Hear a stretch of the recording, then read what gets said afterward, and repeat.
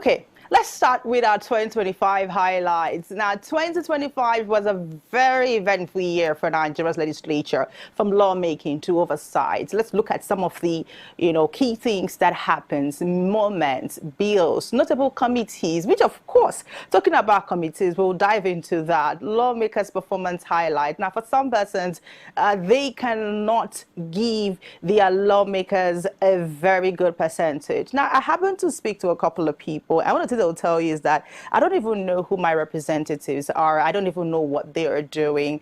If they are present at the chambers during plenary, they don't speak. As a matter of fact, we do have some lawmakers who have never raised their hands to say anything in the chamber, whether you are in the House of Representatives or you are at the Senate. Let's look at some of the images from the National Assembly, talking about the Senate and the reps. So most times you are not even able to evaluate your representative because they don't really say anything when that is happening. But we've had some very vocal people, in 2025, talking about Adams Oshomole, who talked, he talked so much, especially the severe punishments for rape and molestation. He was very vocal about that. We also have some very notable bills talking about the social media bill, cyberbullying rather, the cyberbullying bill that also brought so much happiness to a lot of Nigerians, because if you have not been cyberbullied,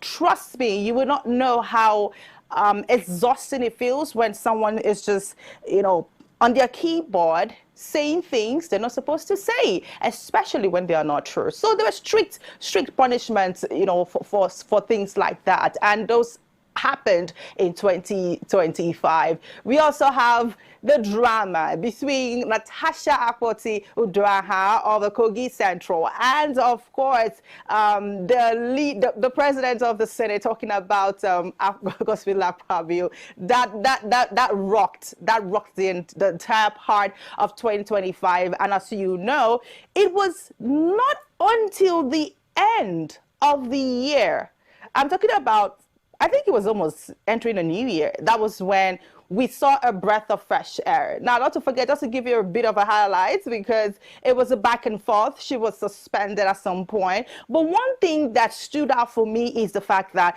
despite her suspension, she was very active. And a lot of Nigerians are asking the questions. The amount of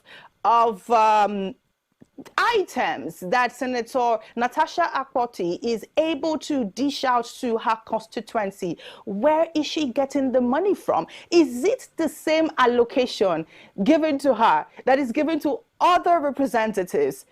Or is she just, funding this project from her purse? Now, if she's funding this project from her purse, it therefore means that there's probably something she's doing right and is a step in the right direction.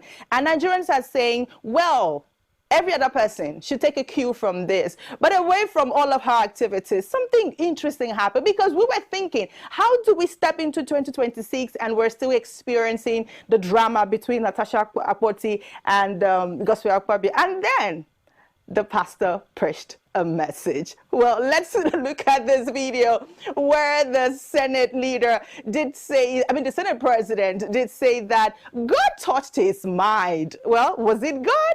Well, let's hear from this video.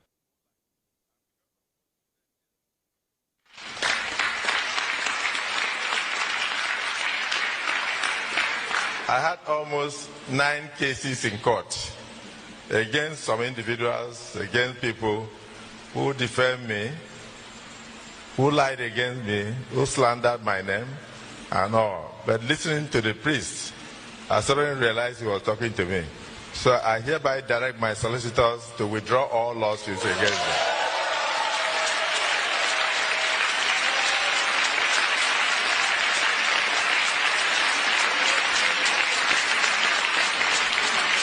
My dear... Okay. I hereby direct my solicitors. It was just as easy as that. Now, you need to see the applause, on the social space when that video came out. It was more, I actually watched the video and I told myself, This is quite interesting, but I do hope that we're not going to be hearing something else afterwards. But as a matter of fact, congratulations to both parties. There, of course, there are court documents to show. I think we have the documents to show. They are closing up. He's saying, okay, fine, I don't want to do this anymore. I'm discontinuing with the entire process. Well, I hope that both parties would really rest this for good. And whoever the priest is that preached that message that touched the Senate president's heart, I feel like, sir, please don't stop preaching the good word. so a long-standing, scuffle has just ended just like that. And I'm looking forward to 2026. I'm looking forward to them having a great conversation, a great alignment in 2026. But well, like they say, if wishes were horses, but I'm going to keep my fingers crossed. Of course, don't worry. Plenary is going to resume. And there are just ways for you to know if these have been resolved or not. Now, some persons were complaining about the fact that when you go to the chamber, most times Natasha Akwoti raises up her hands to say something, maybe to contribute to a bill, and she's not being recognized. Now, these are the little things that would enable you know if this scuffle has, been taken down. Once plenary resumes, we'll be right there, and of course we give you all of the details. Now, talking about some of the performances of 2025, a lot of people were not satisfied with how the National Assembly handled certain issues, be it the Senate or the House of Reps, especially when it comes to budget issues, and as well talking about the bow and go. That was a major controversy, especially when one of the ministers decided to, he was caught in a bubble. I wouldn't want to go into that. But this particular evening, we do have a number of things to talk about, which, of course, the budget analysis. Now, the National Assembly recently approved the 2026 budget, and I'm going to have my guest who is going to be joining us to talk about a number of these issues. Some of the things we're talking about is the budget analysis. He's also going to be talking about a review of 2025 and what we are to expect in 2026. He's going to be talking about the budget allocation highlights, the priorities for 2026, challenges and prospects, a whole lot of things. And we're going to be looking at the reserve seats for women's bill. That on its own is a huge conversation, because this is the year that we get to vote for the reserve seats for women. But I would like to pause here so I can introduce my guests. I have Dr. Khalifa Abbas, who's joining me virtually to have this conversation. I don't know if he's right there. Good evening, Dr. Khalifa. Good evening, Dr. Khalifa. Can you hear me?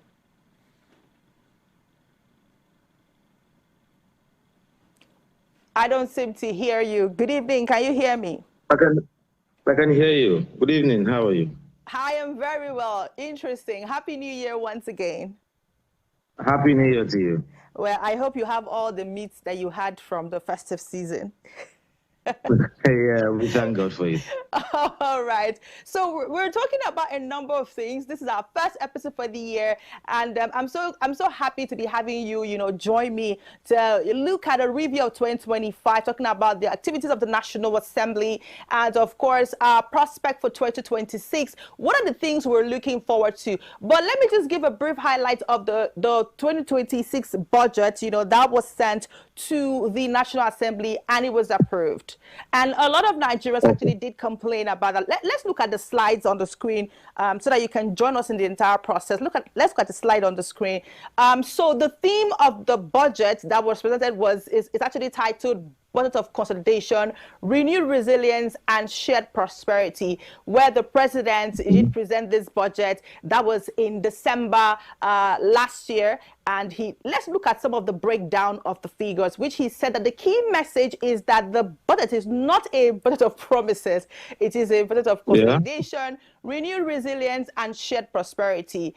And we will spend the purpose, manage debt with discipline, and ensure that growth translates into improved living standards for every Nigeria. Now, the sweetest part of it is the breakdown for me, which I think that the house was supposed to do a good job, in breaking down. But since we didn't really see that happening, let's look at it, right here on the show. So the overview of the budget is about the total expenditure is about 58.18 trillion, which of course our total revenue 34.33 trillion. Capital expenditure is also right there on the screen, 26.08 trillion. Recurrent expenditure, we have a deficit, we have our exchange rate assumption, which is about 1,400 to a dollar. Oil benchmark 64, $64.85 per dollar per barrel. Let's move to the next slide, where we have the focus area of the budget, which I also would want you to talk about, so we can know if we really channeled our attention to the right places. He talked about improve business and investment environment to promote job-rich growth and reduce poverty, strengthen human capital, and protect the vulnerable. That is the key highlight. Now, on security and peace building, which we all know that security is a big deal, for us right here in Nigeria. He talked about 5.41 trillion naira allocated to defense and security, and a launch of the new national counter-terrorism doctrine. Any armed group operating outside state authority will be classified as terrorists. Now, focus on technology-driven policing, intelligence, and community peace building. That is on that. Now, he also mentioned the aspect of education and human capital. So before we go into, let's break down education. Then we can now go back to the beginning, which is for the three major highlights, and then security and the like. So for education and human capital, we talked about 3.52 trillion allocated to education, 480 to be student supported through the Nigeria Education Loan Fund, that is the NEL Fund, in partnership with 223 tertiary institutions. Talked about 6% of total budget allocated to healthcare, with about $500 million in grants for health intervention. Now let's pause there. Let's come to Dr. Khalifa Abbas. What is your overview, first of all, of the National Assembly review of the year 2025, set of activities and the bills that they passed, the deliberations they made at the floor of the House? Well, to my notice, this proposed bill that was submitted for it to be passed, on a written budget, you have this too much of hope for a better country, for a better solution, for a better situation. Always it's that how it appears when submitting the budget. But it's when it comes to the implementation of it that we'll be having problems. Because, okay, they budgeted such amount of money for all the things they budgeted. But how sure are we that they're actually going to actualize what they said it to be? That is the main problem with Nigeria and our representatives at the National Assembly. They bring budgets and give us hope and make people to start thinking of a new life, a new hope, a new situation, a new environment when it comes to security challenges and everything. But at the end of the day, we are at this stage of the beginning stage. And that is where my concern lies, because in as much as we can talk about this budget and talk about how much we're spending and how much the government are actually trying to do a good job for a betterness of the country, but we still have to talk about these same people that they were there in last assembly. You understand my point? They were there two years ago. So what changes do you expect for them to bring it now? So we talked about this particular issue, I think last year, but with Happy New Year to all of us. I hope maybe by now, yes, by people like us complaining and advocating for a betterness of the country, maybe some of them are listening, and maybe some of them are going to actually use it in a good sense, in a way that to actually develop their communities and make sure they are passing the good bills for the betterness of the people. All right, so let's now move on to let's look at see how we can dissect some aspects of the budget. Even though a lot of Nigerians felt like, oh, you were going to scrutinize the budget more, I was watching. Okay, so something dramatic happened, on the day that the president, brought the budget to the house. Of course, it was a full house where they had a joint meeting, which of course happens once in a while on special occasions. And it was so surprising that we're hearing on your mandate we shall stand. On your mandate, I don't want to sing it, so let me just recite it like a school child. On your mandate we should stand. I'm putting it in quote now. On a mandate we should stand. And I was a bit embarrassed, because how can a song like that be rendered in our National Assembly, on the floor of our National Assembly? One would think that we're having maybe an association meeting and we were doing the anthem. So, I'm a bit bothered. I don't know about you, Dr. Khalifa. Maybe you want to walk us through what's your thoughts, because this is what they're showing us, and they say when a person shows you a thing, you have to believe them. So this is what they're showing us, and so for we as the everyday Nigerians, we're a bit worried. And then they brought the budget, the president was praised, and there was no proper scrutiny. What do you think would have been done differently, to really dissect the budget, before you start passing anything? And then we're also going to look at some of the allocations, if it was properly done. Let's start with that. What's your overall thoughts regarding to the budget presentation? Well, one thing you have to understand very, very carefully is for you to understand that 99% of our politicians, whether they're actually in the APC or PDP or any party that they are actually joining, the only thing they care about is how to get re-elected, is how to be in power, is how to make sure they are going to be among the people that will return to that particular house in the next assembly. So I don't think, I always say this, and not because I have any issue with any of them, but I don't see Nigerians are at their heart of whatever they are deciding. So when you say you saw them singing on your mandate to stand, it's because that is what they stand on.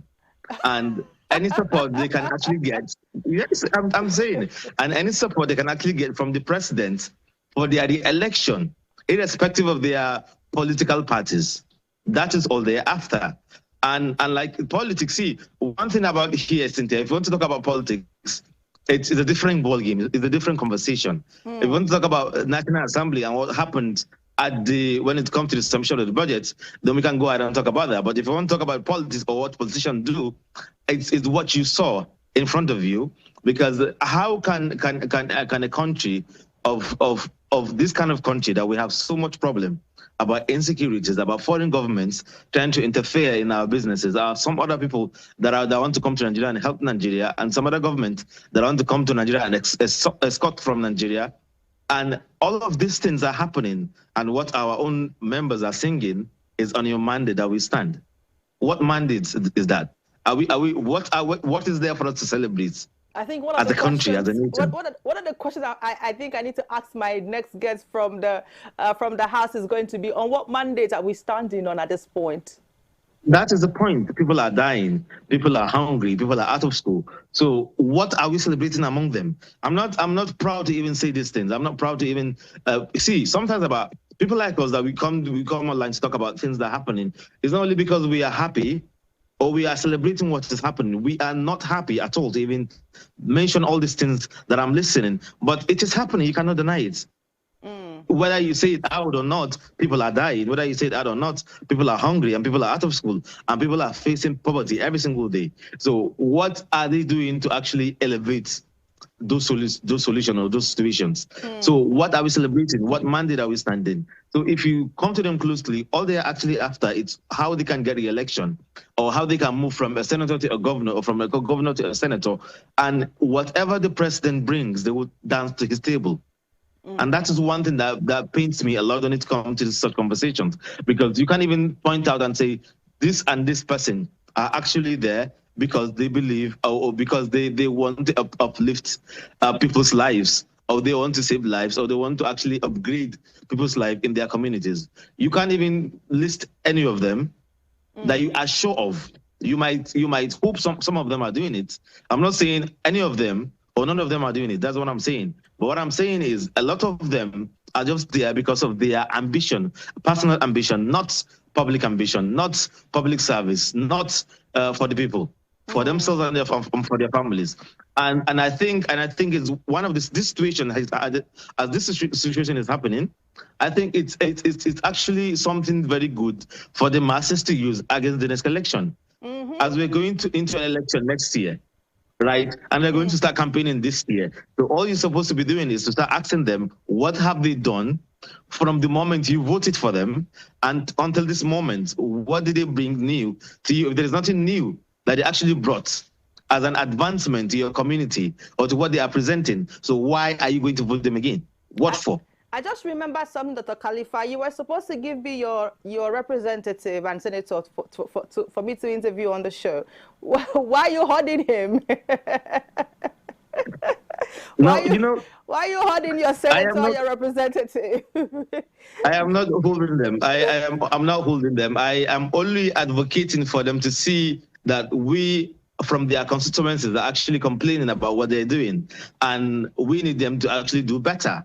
We're not complaining because we're against them. I hear he's not doing a good job. Maybe not. To some people, yes. To some people, no. So maybe to me, I would say I expected better. Would you want me to mention his name, Dr. Khalifa? If you want to, you can go ahead. I'm not the one mentioning names here.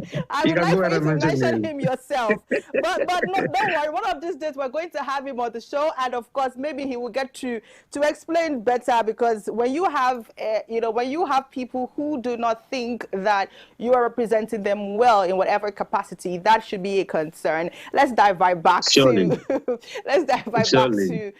breakdown of the budget. Do you think that much attention was given to the key issues in the budget, talking about education, talking about healthcare, talking about security, which of course is a big deal for us, and also beyond the allocation? Do you trust that whatever is going to be allocated, or whatever is allocated, is going to be channeled properly? Because there are two things involved here: allocation being enough versus utilizing. I want to hear your thoughts. Okay. First of all, I think the major issue we are having, or the major focus that should be focused on, I think it's insecurity. I think that's the most important thing in our situation nowadays, because without security, there is nothing that can work at all. Not the government, not other aspects of life that you get to live with. But I think maybe we can, to be fair to them, we can say they are trying their best in terms of the allocation, in terms of allocating what they allocated. But when it comes to whether we are sure it's actually going to put into a good job, that's a question that we should be praying for God to answer for us, because nobody can give you that particular answer. Because nobody can assure you that this is what, because let me tell you something. I was talking to some people. I said, people are accountable of what they do, not because they have too much faith in God. You understand my point? People can be accounted because of a system, because of a good system of the organization or the government organizations. System makes you to be accountable. So when the system doesn't have any punishable actions on people that hold offices, when it's come to them not doing the good job, then we are having a problem. So you can go back to what they did yesterday, or how they allocated the budget last budget, and what did they do with those particular budgets. That's the only way you can actually testify to what you hope to see on this particular budget. You cannot give assurance of anything because there was nothing that assured you on the last budget. That was completely done for you to say, yes, I am satisfied by the 2025 budget. For you to even come to 2026. So you have to look back and see what did they do and how did they do it. Have they completed all the allocation and all the budgets they budgeted for things that they said they wanted to do? Did they do it right or not? If they haven't done it right, then how do you expect them to do it now? What changes? Okay. Same people. Yeah. Okay, so at this point, we're going to go on a very short break because we do have a number of things to touch on, which, of course, beyond the breakdown of the budget, we also, which, of course, when I come back, we're just going to, go through the remaining slides of the budget breakdown so that everyday Nigerian can, be able to grasp what it is. And then afterwards, when we come back, we'll talk about concerns that are, rising up from the number of seats, the number of committees that we have at the National Assembly. Now, some places are already hinting that we have too many committees, and I'll give a breakdown of the committees as compared to other countries of the world. It seems as if Nigeria's National Assembly have more than just enough committees. Well, all this and more, alongside with the Reserved Seats for Women bill, we will touch on that right after this break. It's Nass. Watch, don't go anywhere.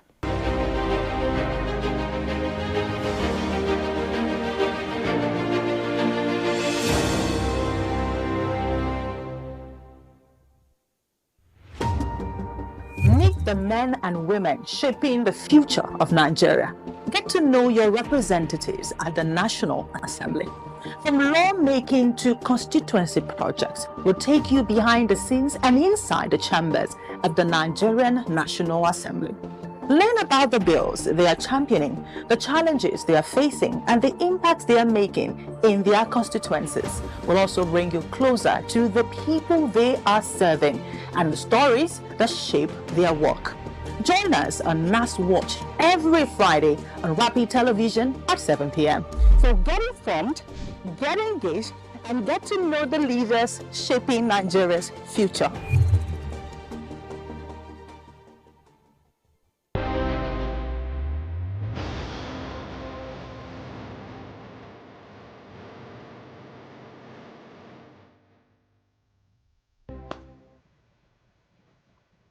All right, welcome back. It's still Nass Watch, and of course, I still have my guest, Dr. Khalifa Abbas. He's a public affairs analyst who's joining us virtually to look at prospect for the new year 2026 as regard the National Assembly's activities and, of course, the highlights of 2025. Now, before we went on that break, we're talking about, breaking down the remaining part of the 2026 budget. So let's have that back on the screen. Let's look at the remaining breakdown of the 2026 budget and what is getting what, which is getting which.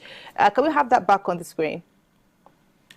All right, so for security and peace building, this is 5.41 trillion located to defense and security, focus on technology-driven policies, intelligence and community peace building. Next one, and we also have for education and human capital, 6% of total budgets allocated to healthcare with $500 million in U.S. grants for health interventions. Next slide. We have infrastructure and economic productivity. Now, this one is going to be having 3.56 trillion for infrastructure development, emphasis on transportation, transport, energy, agriculture, and ports modernization, investment in food security, irrigation, mechanization, and agro-industrialization. Next. And for fiscal discipline and revenue mobilization, we're having 18.6 trillion revenue achieved, and of course, 61% of 2025 target. And it goes on and on and on. Social priorities, which we see that 2.48 trillion for healthcare, continued investment in social protection for the most vulnerable, and stronger focus on job creation and inclusive growth. Now, I am so focused on job creation because we do have a lack of job in Nigeria as it stands. Well, some might want to argue that it's not about the jobs, it's about the people to do the job. But wherever you stand, I do believe that we have a lack of job. We have a job deficit, like those in the economic sector would want to put it. Let's run away from budget breakdown and let's talk about the number of committees that we do have in our National Assembly. Now, presently, it is being said that we have the highest committees. I mean, when you look at it all around the world, it looks as though we have the highest numbers. And so we have Senate Committee on Appropriation, Air Force, Health, Environment, Capital Market, Ethics. Now, even at the House of Reps level, we also have House Committee on Anti-Con, National Ethics and Value, House Committee on Air Force, a whole lot of House committees, Committee on Water Resources, and now we have House of Assembly, which is the Joint Committee on Agriculture and Rural Development, Joint Committee on Labor and Productivity. Now, let me give you a breakdown from what you're seeing on the screen. Let me help us in breaking that down. Now, this particular breakdown was, this particular investigation was brought to light by Plaque, and it did say that there are some standing committees, which of course is in normal climes is not a problem. And so the multiple standing committees using around 4 to 6 balancing departmental oversight with legislative duties. And though the exact numbers varies and leadership roles, actually do vary from committee to committee.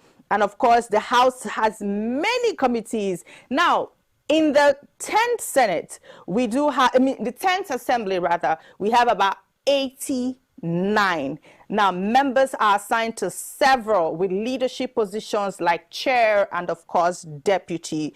Now, Nigeria versus the global comparison. If you look at your screen, you will see the chart there. Nigeria versus the global comparison. You will see that for Nigeria, the 8th Assembly, talking about 2015 to 2019, the Senate had 69 69 at the Senate and 95 at the House of Reps. That is for the committees. Now, in the 9th Assembly, talking about 2019 to 2023, the Senate had 69 and the House of Reps had 109. Okay, and then in the 10th Assembly, which is 2023 till now, we have 86 and the House of Reps has 237. Dr. Khalifa, are you there? So presently we have 237 for the House of Reps and 86 for the Senate. Now, these are the number of committees that we have presently as compared to other countries of the world. So let me now give a breakdown of other countries. Like in the United States, for example, right? We do have the House of Representatives has 20 and the Senate has 16.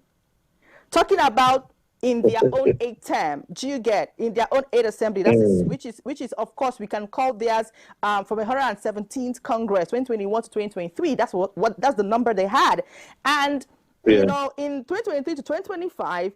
The House of Representatives had 20 and the Senate had 16.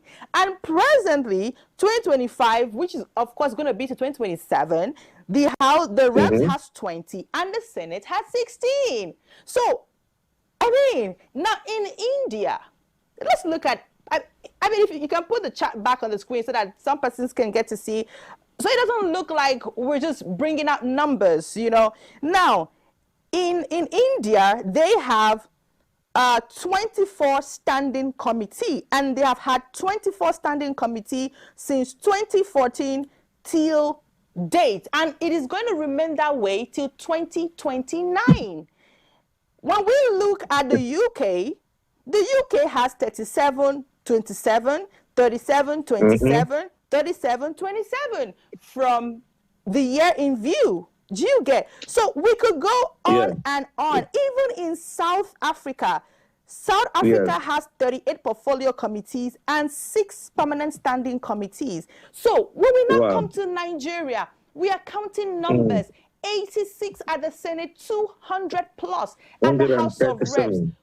I mean, Dr. Khalifa, is this not Yes. concerning to us? What are we using all of these committees to do?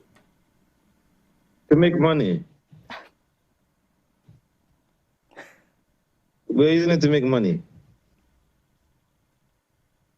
Or am I the only one that is thinking of that?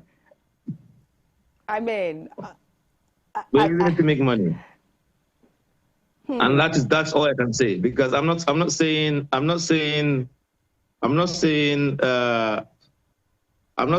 that it's not actually important to have committees. What I'm saying is, how do you have 237, if I'm getting it right, and other countries like US have 18 and 20, 18 and 20, and as big as they are, as big as what they do, what do we do compared to them?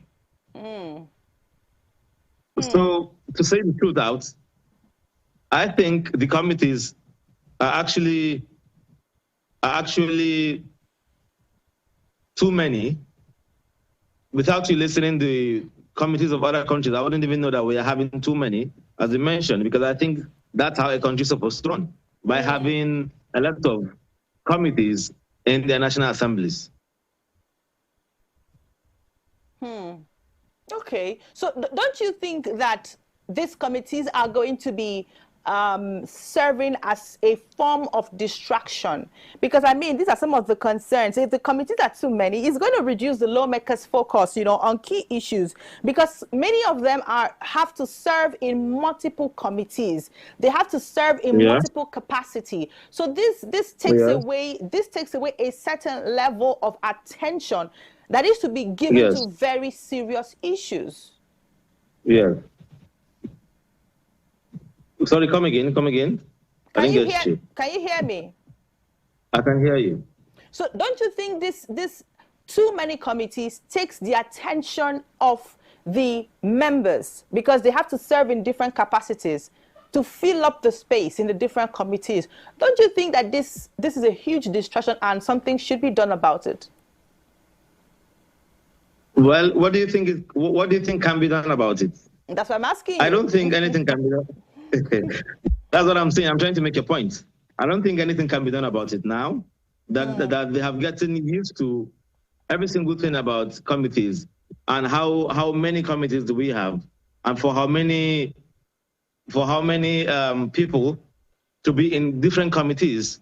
The committees are important to help the National Assembly regulate or focus on a particular situation based on the committees they are creating. But I don't think it's actually a distraction to them, because when they are campaigning, do you know how many years it takes for a member to campaign before you get to a seat there? Do you know how many years and how many commitments and how many meetings and how many committees they actually create if they are campaigning to be in that particular seat?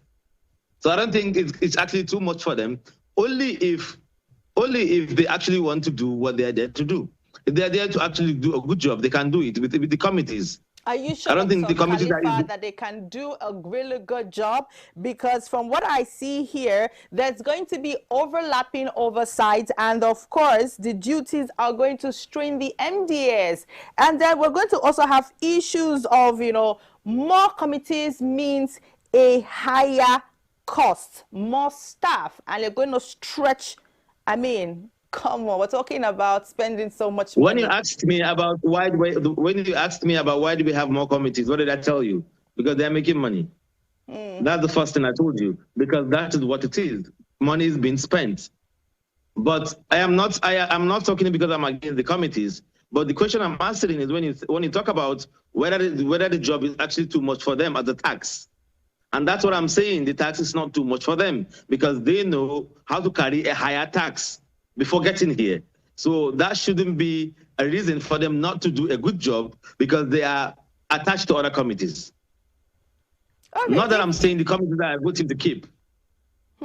if you're putting it this way, I mean, as we get set to wrap up, right? If you put it this way, I can't help but wonder, asking the fact that some of these committees are almost useless. Like some of these committees, we don't even hear anything about them. Some of these committees, they can be merged. They can all be merged. I mean, I see some of the committees right here, and I do really think that some of them can be merged to reduce. It's just the name, it's just a breakdown. I do believe that some of them can be merged together to form one, and they these people still serve. They know that more than we do. They know it can be much. They know it's too much, but they are making money out of the committees being created. So do you think it's time for Nigerians to start speaking about reduction of the committees? Don't you think it's something we have to start talking about, becoming more vocal about? It's very high time to start talking about reducing a committee, but it's a high time to start speaking about human lives being lost in some of the states, because that is the most important thing to me, like I told you. So we can talk about committees being reduced, but the main thing to talk about is how to stop killing people and how to stop doing politics with people's lives. I think that's where we should focus on. Yeah, I agree with you. Security is a big deal. And of course, all over the world, everyone is concerned about security, protecting lives and properties. Because one thing, sorry, let me make a point. You know why I keep on repeating about security issues?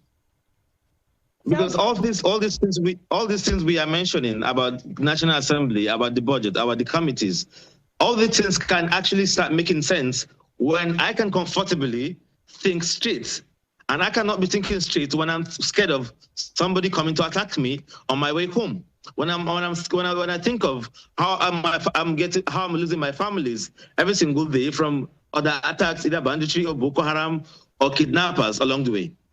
So we can do a lot better as a country if we are all safe and without having any issues. But in as long as we are having these issues going forward, we don't think about all these issues, about committees, about the budget, about the cost of the budget, because all we want is to live.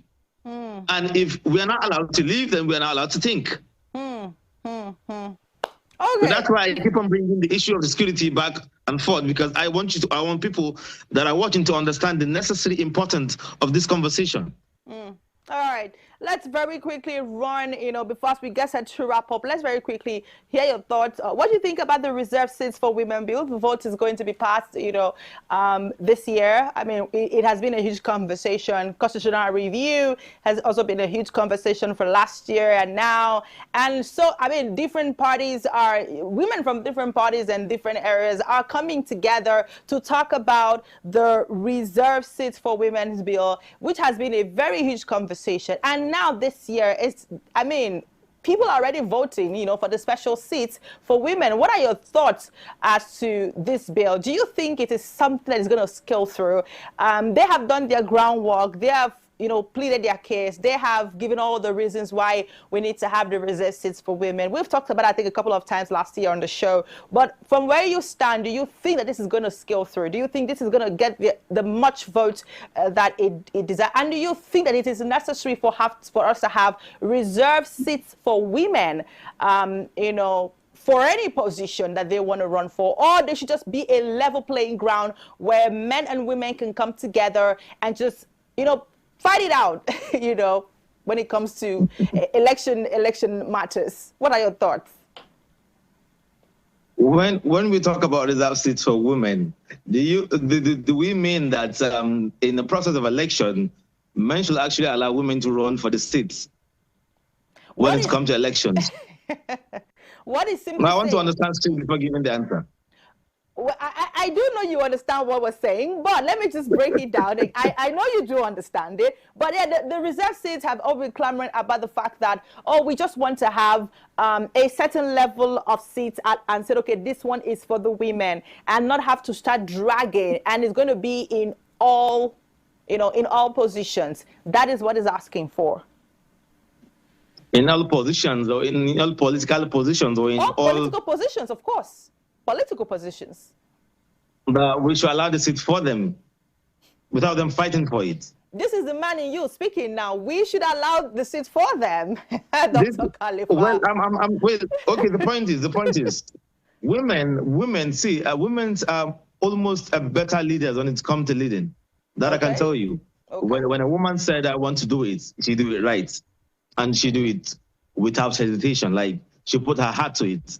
Because women deal with emotions. And they do everything from their hearts. So if they want to be truthful, they know how to be truthful. And if they want to lie, they know how to lie. So what I'm saying is, I am not talking about this because I'm against women's leadership. I believe in woman leadership, but we're in democracy.